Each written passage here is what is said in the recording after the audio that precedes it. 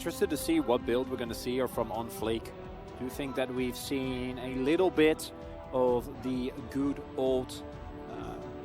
oh yeah, it does mean the Graves in the jungle is coming through again. Yeah. Could also be Hullbreaker Graves.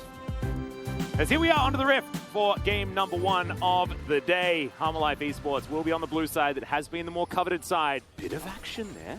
Slight gold advantage for Hanwha Life Esports. Not going to lead to anything. Main thing is that Karis is roaming over. Also haven't talked about it. Has also gone for the Spellbook hit.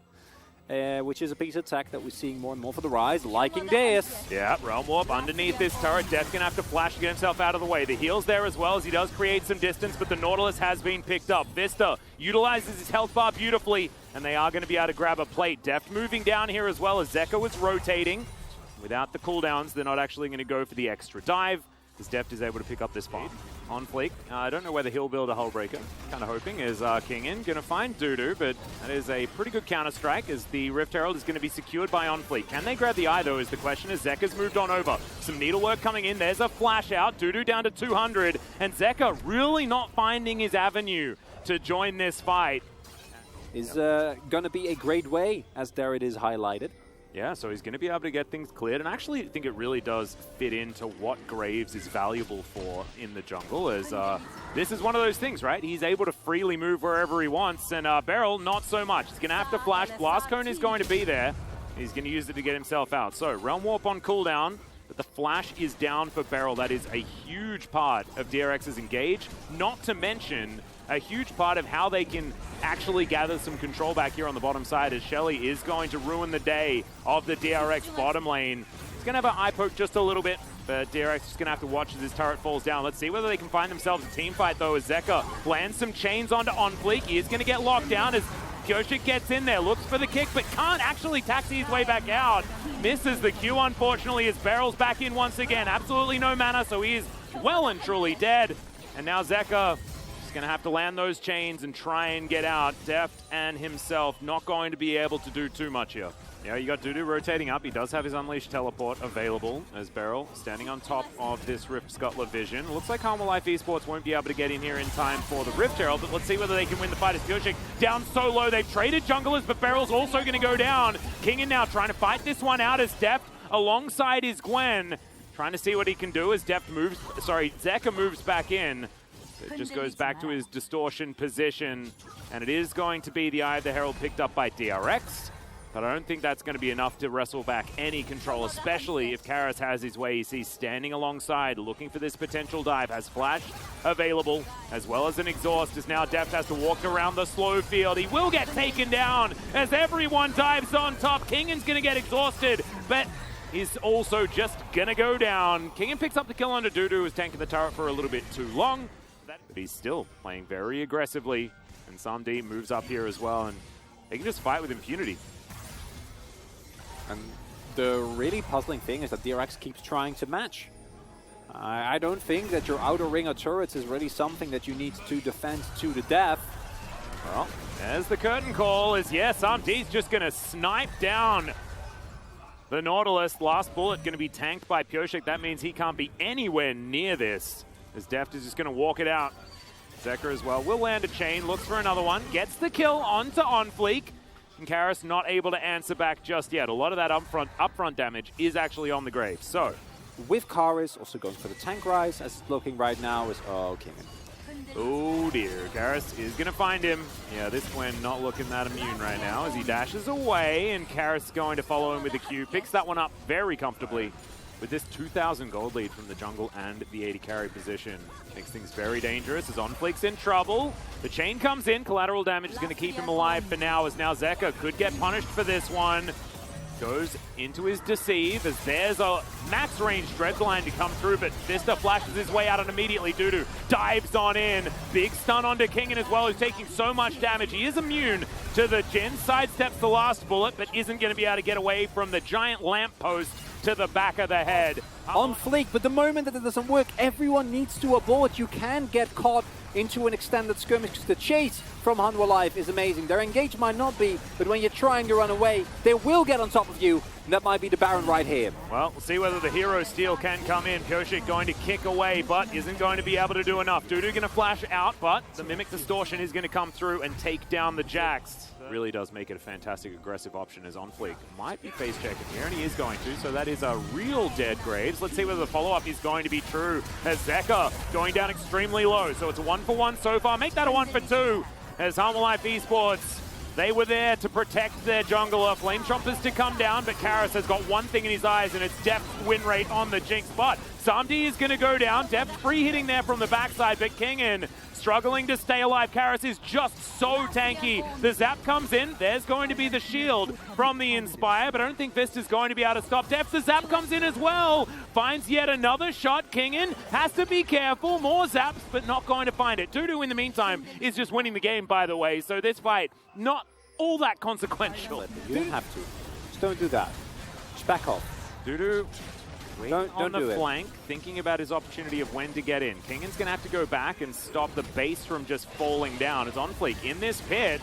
And they are going to go for it. Super Mega Death Rocket going to come down as OnFleek does lock down the Baron. It was a flip in the end, Chronicle. You're absolutely right. However, they are going to win it, and sometimes things just come up heads. Depth flashes out of the way, but the bullets still land onto the Big Daddy. And Beryl is going to go down. Dudu finishes off the Jinx as well, and DRX are done in this game. It is over. Hanwha Life Esports, with their more early game focused draft, play it out to absolute perfection. The punishments just never stopped, and they are going to be able to break down the rest of the base and walk away with a sub 35-minute win, which is something that they haven't been able to do so much in the past. Honestly, incredible performance here from Hanwha Life in the first game. Taking a draft with a lot of early game possibilities, first picking the Rise, and then showing us that 16 out of 18 kill contributions, no deaths. Yeah, we don't care about win rates. What only matters is the game. And the game is on his 9th anniversary. They take... I said at the very beginning, this during my career. Oh yeah? That's me. There is a couple of key things here, though. It's Dudu looking a lot better. OnFleek, although his mid to late game, he had a couple of you are not tanky Graves. You are actually... I mean...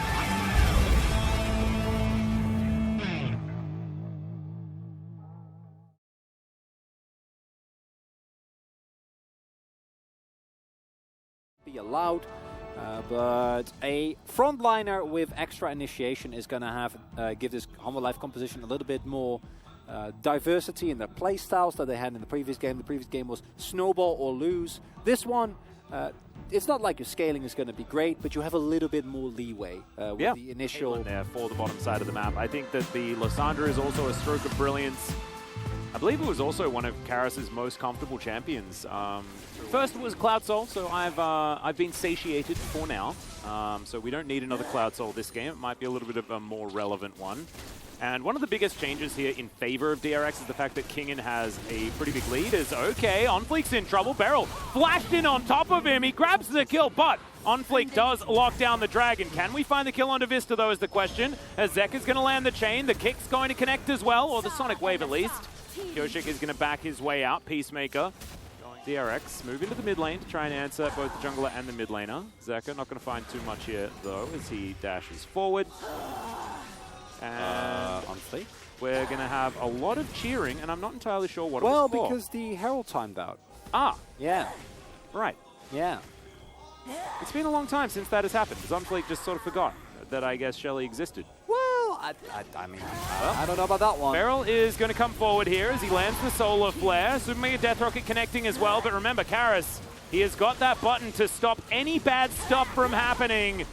As there's the Frozen Tomb now. Samdi is going to be able to at least pop the passive of Zeka. Pyosik trying to get over towards Deft, and DRX throwing away this teamfight completely. Beryl wanted it, but I don't think the rest of his team did. I don't think you want to fight for this one, DRX. This feels very reminiscent of the previous game. Straight up 5v5s are not your thing. Karis going to flash in on top of Deft, and he just explodes. Nothing that Zeka can do as he'd already left him alone. Shoutouts to Quickshot. I think he was the first one to really nail home the core of Doom.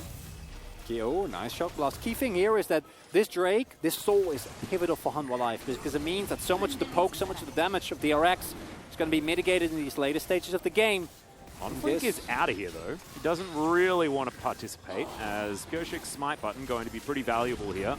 Let's see whether DRX are looking for the fight. Vista going to take a lot of damage. These shock blasts are so relevant. Get them into Super Mega Death Rocket range. Things like this allow Beryl to actually go in for an engage as Karis off to the side, looking for that flank angle, and right now he has it. Unseen right now as DRX moving towards Lissandra. She is spotted, puts her claw through the wall, and regroups with the rest of the team. Onfleek back in position as this Drake taking a long, long time. Super Mega Death Rocket just for poke mainly. Pyoshik on vision as well. So he's going to slink back into the fog of war. Yeah, flash body slam, you got to go sometimes. You can't just sit here. This dragon is getting so frustrated as Karis.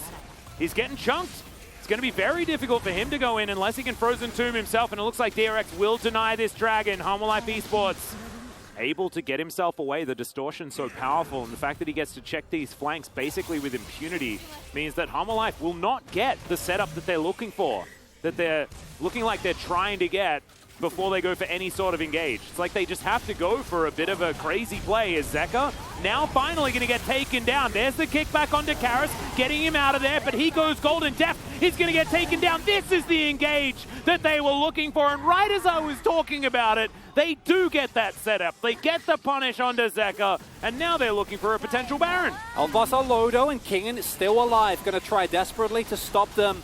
Dudu has to stand guard. I don't know if they have the damage. Karis is going to TP back. There's plenty of flank what's available here. Pyoshik also there, and I feel like Hanwha Life should be able to take this.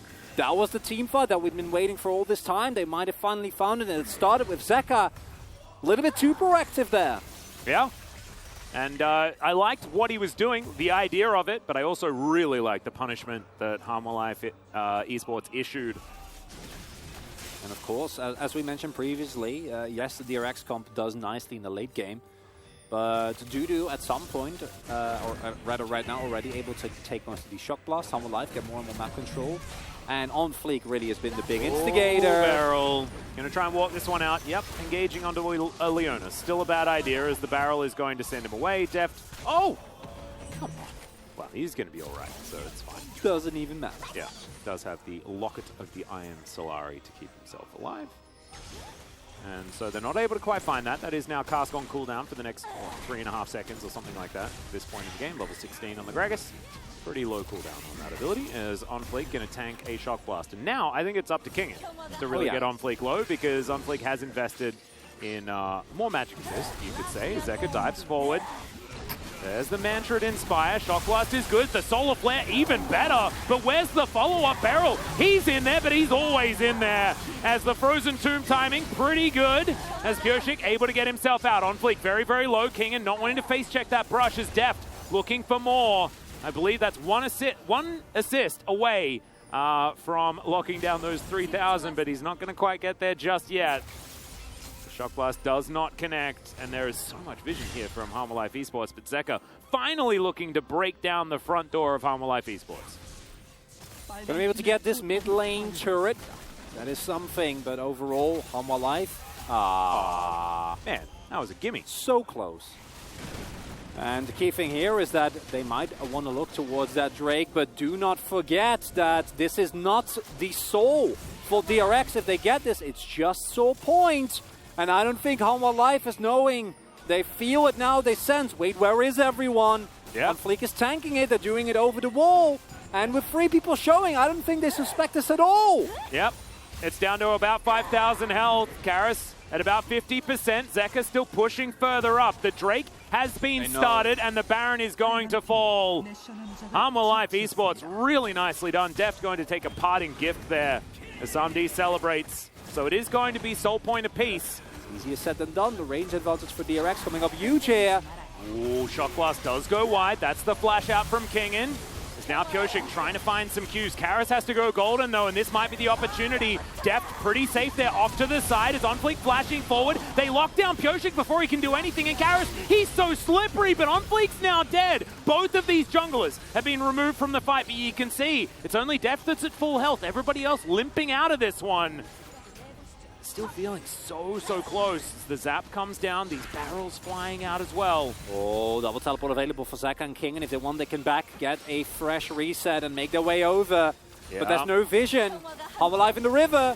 Indeed, doing a lot of work here. Zap is going to connect, not quite able to find it as in goes the LeBlanc, but immediately she's going to pop. Beryl finds himself in a real rough position as Def trying to go aggressive, flashes over, doesn't find the crit onto Karis, and he's just going to explode. And now the CC is going to be too much. King sees his death. A triple kill for Vista. Oh man, he didn't hear me talking about Def's best supports, and he's like, it was me all along. Picks up the triple kill in the end. He's 4-0-7. The two teleports, they're just going to go for the end. They don't need the soul. They got the Nexus Atlas. Yep, and congratulations to Def. He picks up 3,001 assists, but unfortunately it's also going to be alongside a dead Nexus. Goshik going to go down as well. And Hanwha Life Esports, they are going to 2-0 DRX, the team that was just able to overcome Damwon Kia in a pretty ridiculous 3-game series to get DRX to their 6th in a row. You're not going to be able to just rely on raw player skill in order to get there, but even then, I think Samdi and Vista played a fantastic game of League of Legends, and it just wasn't DRX's day. They have days like this. I think that Pyoshik was once again absolutely invisible, wasn't able to do even 10,000 damage throughout the entire series. Thank you very much, guys. This is Jisun for the POG interview translation, joined by the solo POG of Hanwha Life Esports Cars. Great start for the second round. How was today's series? You know, we had a bit of a losing streak. I was feeling a bit more pressured, and we were a little bit down, you know. We were a bit gloomy mood over here inside of Hanwha Life Esports, but this victory will be a great start for us. And you guys were able to take down DRX, who was on a 6-0 winning streak. You guys are very calm, but at the same time, very bold. What was the focal point today? It has not been that long since we played them last time, and it was a close series, to be honest, you know, 2-1. And we prepared a lot for this, you know, matchup, and we kind of had this information that they kind of prefer LeBlanc and Jinx a lot. So yeah, we came up with some counter pick into their priority picks. Game number 1, we had Graves jungle for on fleek. Usually, this pick is played on the top lane, so could you break down this pick and rotate it towards the jungle? Recently, a lot of teams are thinking that Graves jungle is also a thing, and we were also considering that.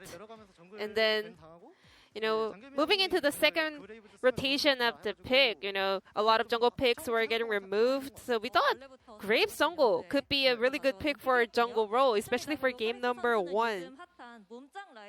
And we were able to see some Giga Chat rise here, you know, very tanky rise of one of the very trendy item build here in the LCK. Tell us about it. If you build, you know, damage, you actually get chunked down immediately. You know, if you just step forward to do some damage, you just immediately get 100 to 0. But with the tank items, you can put decent amount of damage, but still take a lot of damage at the same time. So I guess that's why it has become a trend. So Everfrost and also Fimbulwinter, Gargoyle events. So tell us about your build. You know, I just wanted to go Frozen Heart in order to get some armor and also some mana. And also for the Gargoyle, because Rise builds Fimbulwinter, he has a lot of HP, so Gargoyle is also a very effective and efficient choice for him. Tell us about the rune as well. I mean, even if you take Phase Rush against LeBlanc, you get chained anyway. So you get stunned in the end. So I think, yeah, having a lot more choices for the spell would be a lot better. So I thought Unsealed Spellbook would be the better choice instead of, you know, Phase Rush. And after that tanky Rise performance, we were able to head over to game number 2. But I want to talk about this replay first. Deft was trying so hard to kill your Rise, but you never went down. It was almost immortal, especially with the shield coming from Vista as well. Looking at Jinx's item, he actually went for BF. So I was like, can he really kill me? You know, does he really have the damage? So I was feeling pretty confident to walk forward, and after taking a bit of an auto, I kind of realized, yeah, it doesn't really hurt me at all. And as an AD carry, you know, a lot of people are now saying that Rise is too OP.